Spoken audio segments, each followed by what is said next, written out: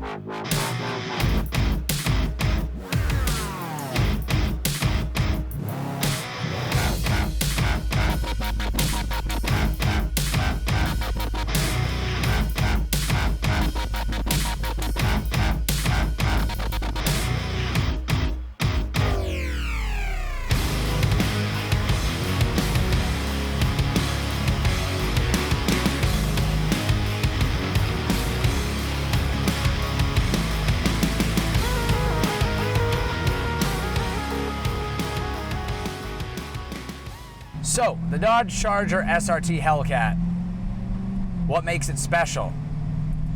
Well, I have owned at least a dozen cars in my life that were cool, from Hondas, like S2000s, Integra Type Rs, Camaro SS, I've owned a Shelby GT500, BMW M3, so I absolutely love this car. So I'm going to go into some details.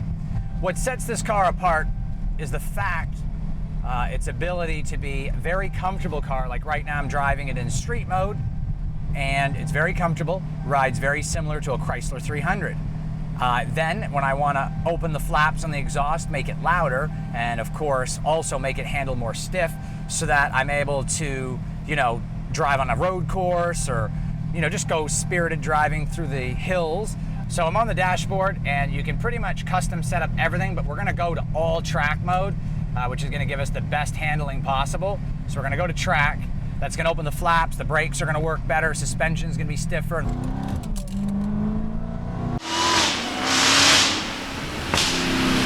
This car will put a smile on a depressed person's face.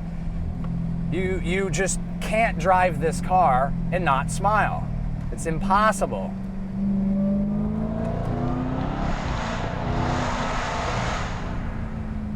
And the brakes on the car, absolutely insane.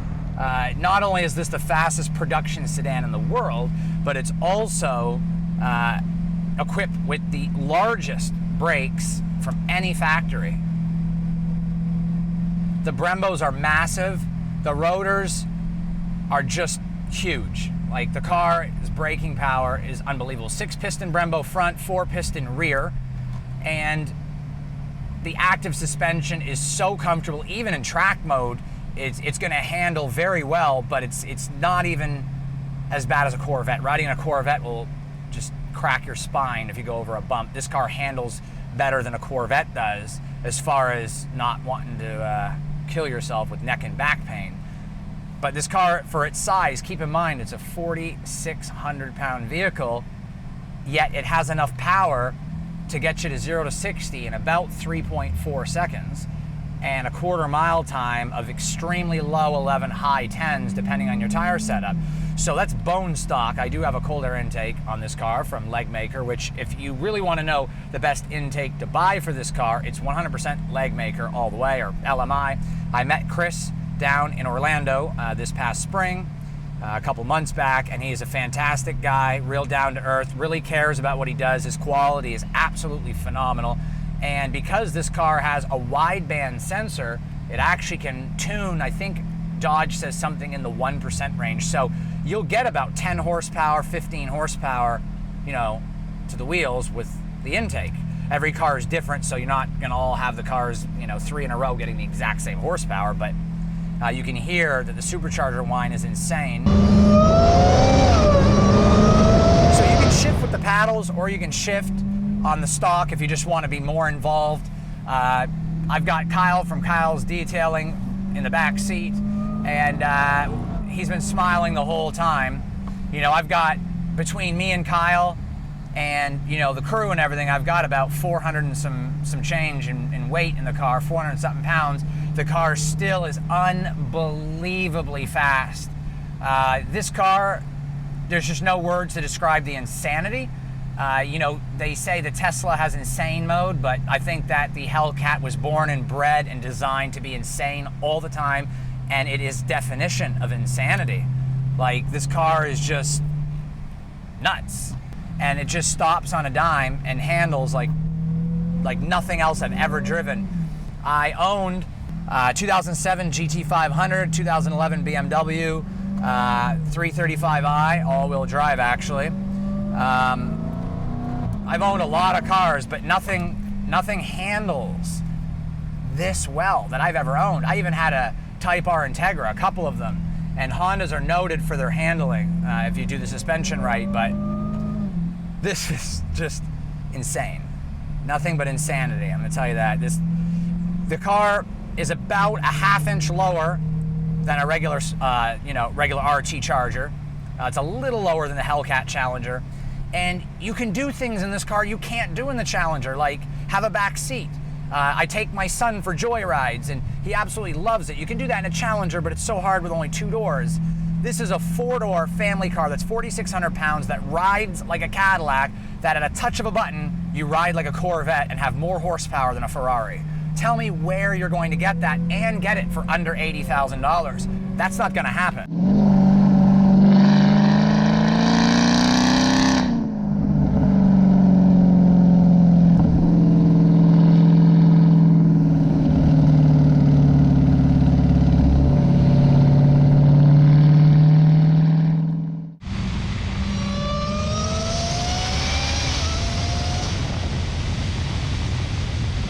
So they say 707 horsepower. It's actually just a marketing scheme to actually, make it sound better. The car is actually rated more like 730.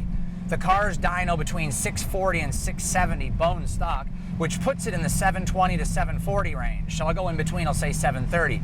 They just wanted to market a horsepower that sounded good, but also a horsepower they could guarantee to meet.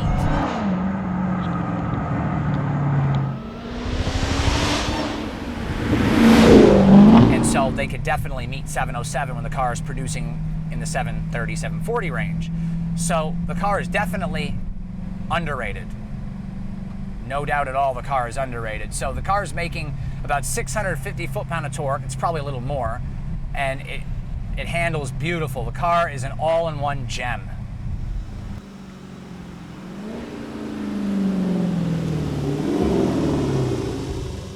So first I want to start off with the dashboard on the speedometer cluster.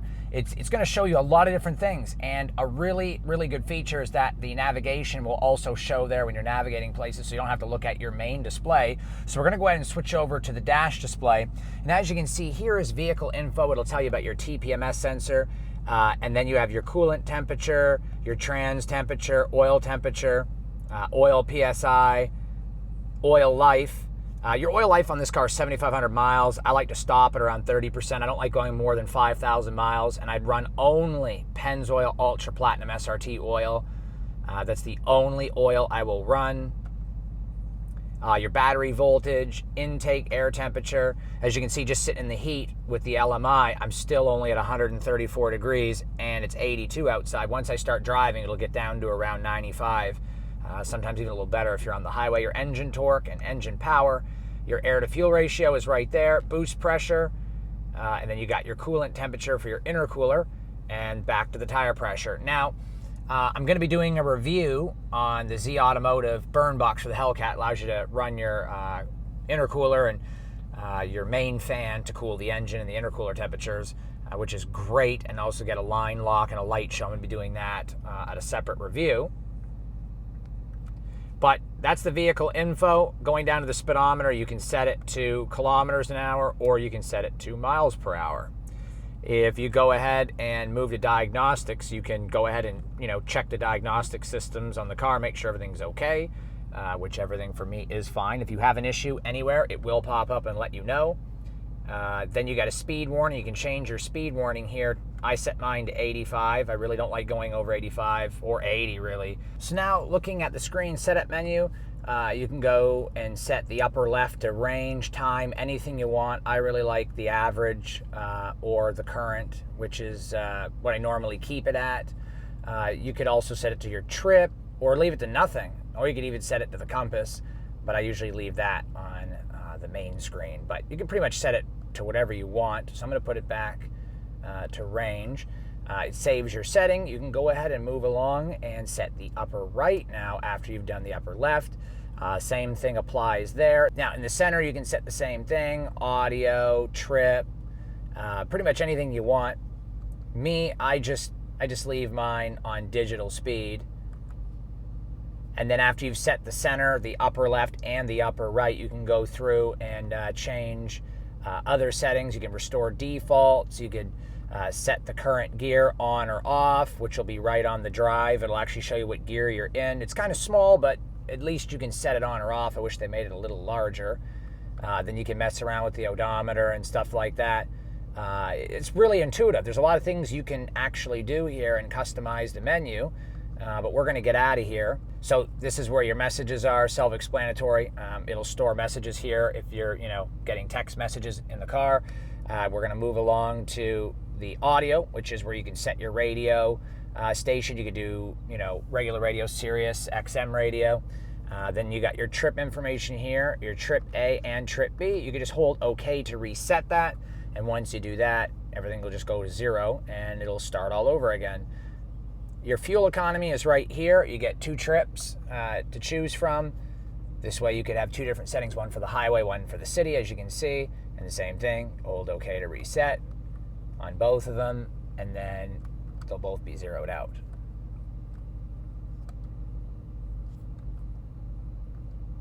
Now moving along to performance, this is where you can actually take a look and see your reaction timer, and it'll show you the quarter-mile timer, reaction timer, braking distance, your G-force, peak G-force, even your lap timers up here in your lap history, your top speed, and your 0 to 60, which is the most important one that everybody wants to use. The 0 to 100 is good as well. Your eighth of mile and your quarter-mile timers are all in that same menu, which is amazing. What car comes set up from the factory with all these goodies? Then, of course, we're back to vehicle info again. So we've went through the whole menu, as you can see. Now let's take a look at the main menu. We're going to switch over to the main menu on the display, which is the 8.8-inch Uconnect screen. As you can see, I've got it set up for my calls. You can set it over to media when you want to connect your devices or whatnot.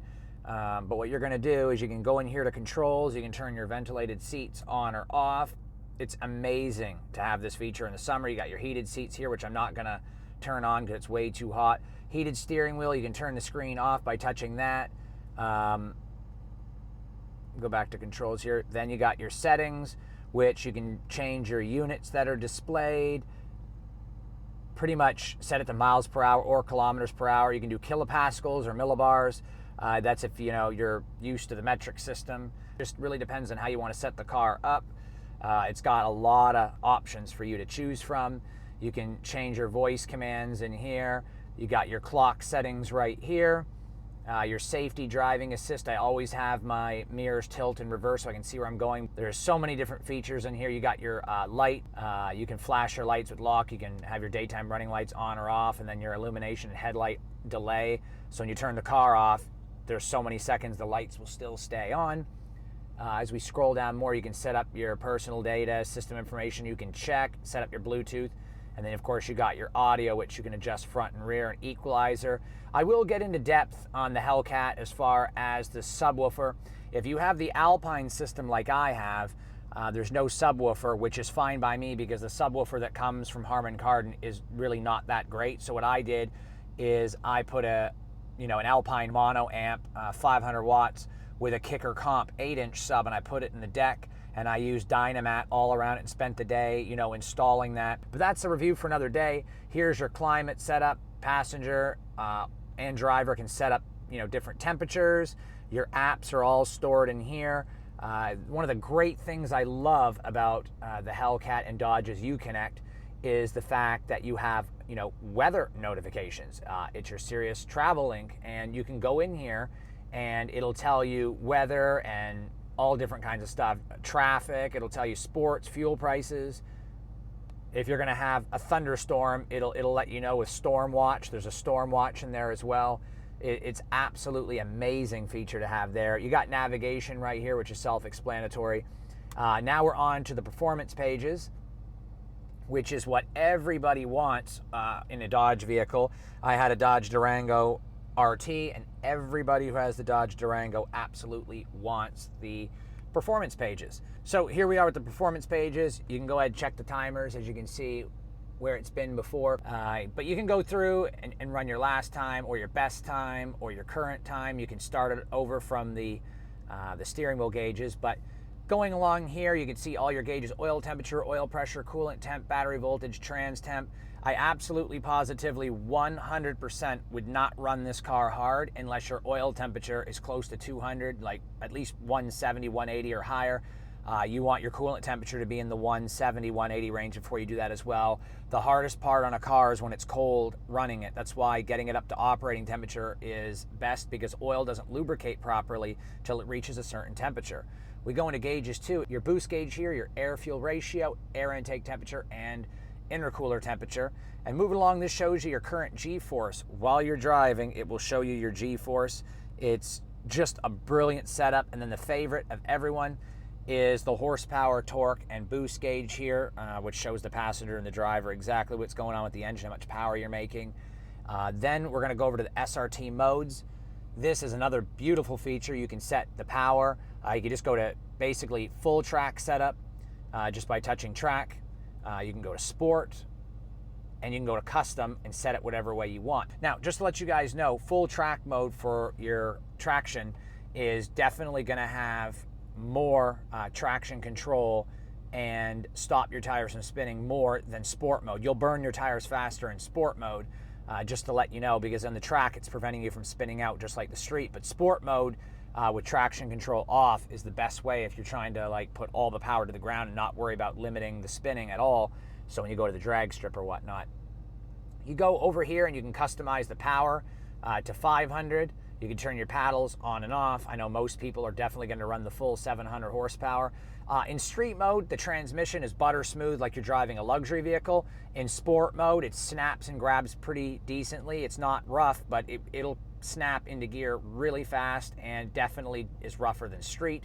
When you go to track mode, I find that track, even though it's faster than sport, it doesn't really get rougher. So if you're driving around in sport and it's too rough, if you're going to be, handling the car like that anyway, you might as well just run it in track, because to be honest, I feel like it's much better in track mode, but they're both great. I drive street mode when I'm just driving on the street a lot of the time.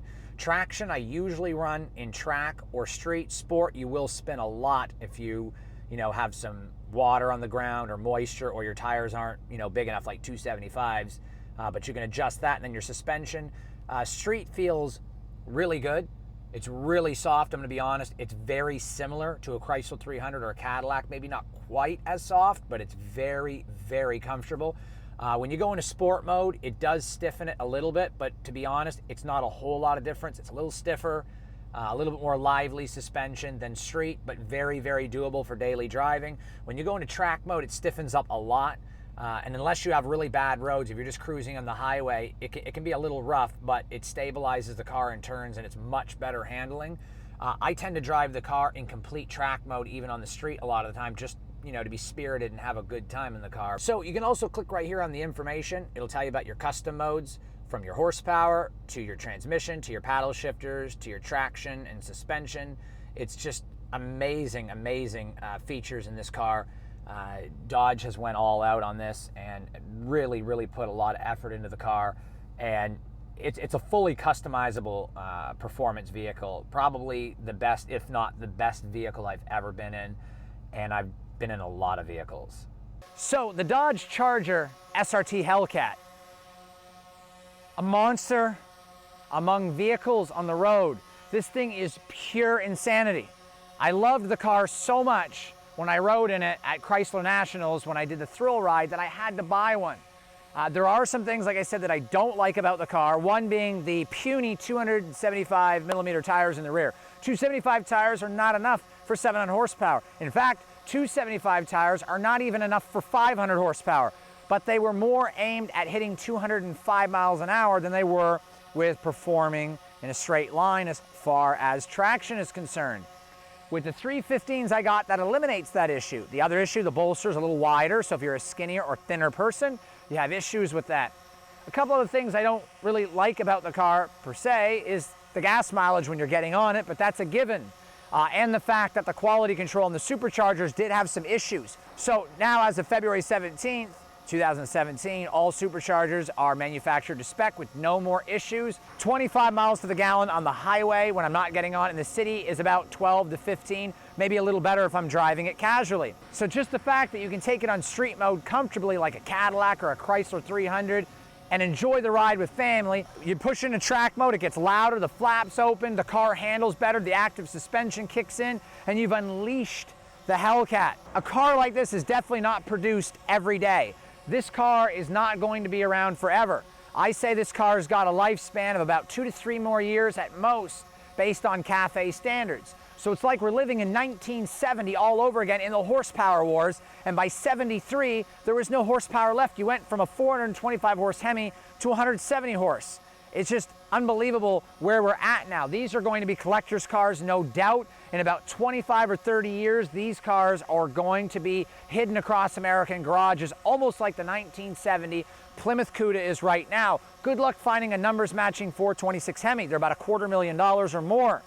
So you can see where we're going with this. This is almost like a 1970 Cuda all over again, but in our day and era, or our day and age. This car was intended to be the fastest production sedan in the world, but it is pretty darn cool, the fact that you can take your family in street mode, it's comfortable like a Chrysler 300 or a Cadillac driving around, it's nice and quiet, and then you just unleash the Kraken, so to speak, or the Hellcat within. And it still rides better than a Corvette because I've driven in many Corvettes, and even in track mode, this still handles and feels better. It's a bigger car, it feels better. Corvettes ride like tin cans, but I'm a big fan of Corvettes. I'm just basically using that as an analogy so you guys will understand how brilliant the design is on this car. A lot of people will tell you this is a straight line car only. If we're talking about the Challenger, that's sort of true. The Charger, not so much. This car will handle, and the aerodynamics are much better than the Challenger. So hopefully you guys have found this review fun, exciting, and helpful. My mouth hurts from smiling so much,